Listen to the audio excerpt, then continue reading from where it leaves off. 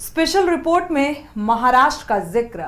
महाराष्ट्र के सियासी संग्राम के बाद यूपी की सुभासपा पार्टी ने नेता ओम प्रकाश राजभर का बयान कुछ इस तरफ इशारा कर रहा है। दरअसल उन्होंने ये कहा है कि यूपी में भी बड़ा सियासी उठापटक होने जा रहा है। ओम प्रकाश राजभर ने कहा है कि सपा के कई विधायक और सांसद पार्टी छोड़कर सरकार के विस्तार में शामिल होना चाहते हैं। कई लोग लोकसभा का टिकट चाहते हैं। वो दिल्ली से लखनऊ तक अपना जुगाड़ बैठाए हुए हैं। यहां भी महाराष्ट्र जैसा खेल होने जा रहा है। राजभर का ये बयान उनके एनडीए का अप्रत्यक्ष रूप से हिस्सा होने की ओर संकेत ही नहीं, बल्कि विपक्षी एकता के मंसूबों को धराशायी करने का गेम प्लान समझ में आ रहा है। देखिए ये पूरी रिपोर्ट। 24 की तैयारी, बीजेपी से यारी। यूपी में बीजेपी का बड़ा गेम प्लान। सर्वाधिक सीटों वाले राज्य पर बीजेपी का सबसे ज्यादा फोकस। विपक्षी एकता के ताने बाने को बिगाड़ने का सूत्रपात। ओपी राजभर एनडीए खेमे में जाने को उत्सुक। राजभर के जरिए दलों में सेंधमारी का प्लान।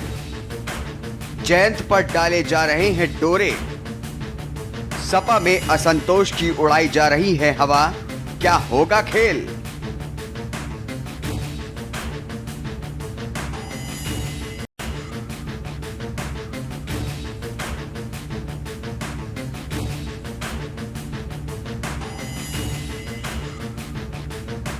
पटना में विपक्षी एकता की कवायद। इसके कुछ दिनों तक एनडीए खेमे में खामोशी, वहीं गैर एनडीए दलों में आपसी एकता की खुशी।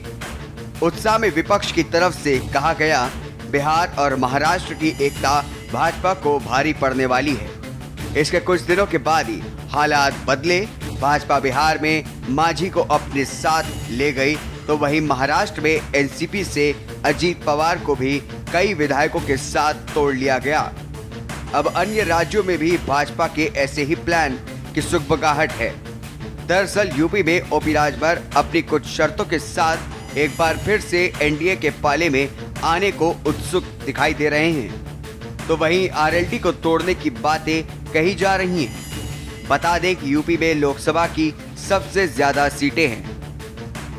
बीजेपी के आंतरिक सर्वे के बाद सुभासपा के साथ गठबंधन की चर्चा तेज हो गई है। गृह मंत्री अमित शाह से भी ओपी राजभर की मुलाकात हो चुकी है। इसके बाद डिप्टी सीएम ब्रजेश पाठक और प्रदेश अध्यक्ष भूपेंद्र चौधरी के साथ आगामी योजनाओं पर ओपी राजभर के साथ चर्चा हुई है।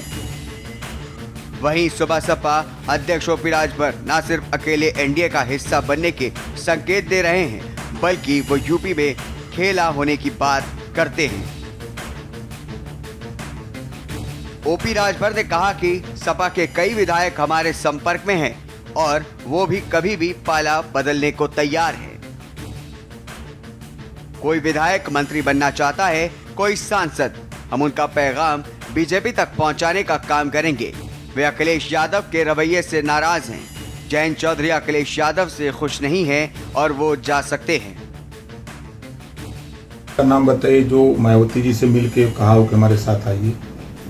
जो विपक्षी एकता में जो लोग पहल कर रहे हैं, एक नेता का नाम बताइए जो मायावती जी से मिला हो या उनसे कहा हो कि भाई आप इस मोर्चे में आइए।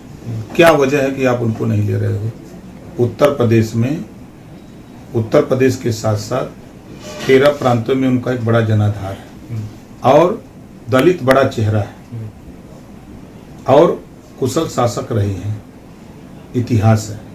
तो ऐसे व्यक्ति को साथ नहीं ले रहे हैं जो अलग अलग पार्लियामेंट में, अगर आप देखिए 1 लाख, 1.25 लाख, 1.5 लाख तक वोट एक पार्लियामेंट में बहुजन समाज पार्टी का है, और उस पार्टी को आप लोग नहीं ले रहे हैं। इस नाते जैन जी भी नाराज हैं।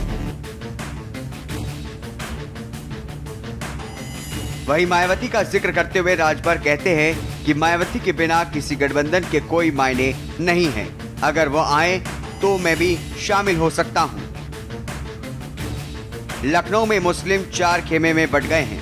अब मुसलमान भाजपा को भी वोट दे रहे हैं। मायावती के भी साथ हैं। आप जब नौकरी बांटेंगे तब मुस्लिम को नहीं देंगे।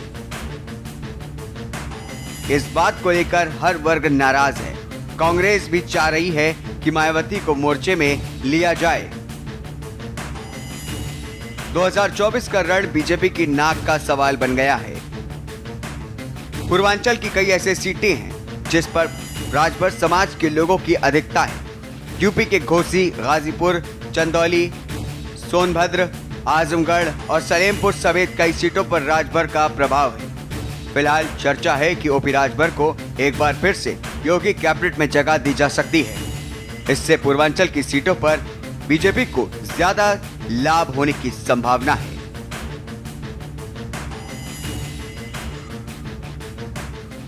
यही कारण है कि निषाद पार्टी और अपना दल के साथ ही अब एक बार फिर से सुबह सपा को भी शामिल किया जा सकता है।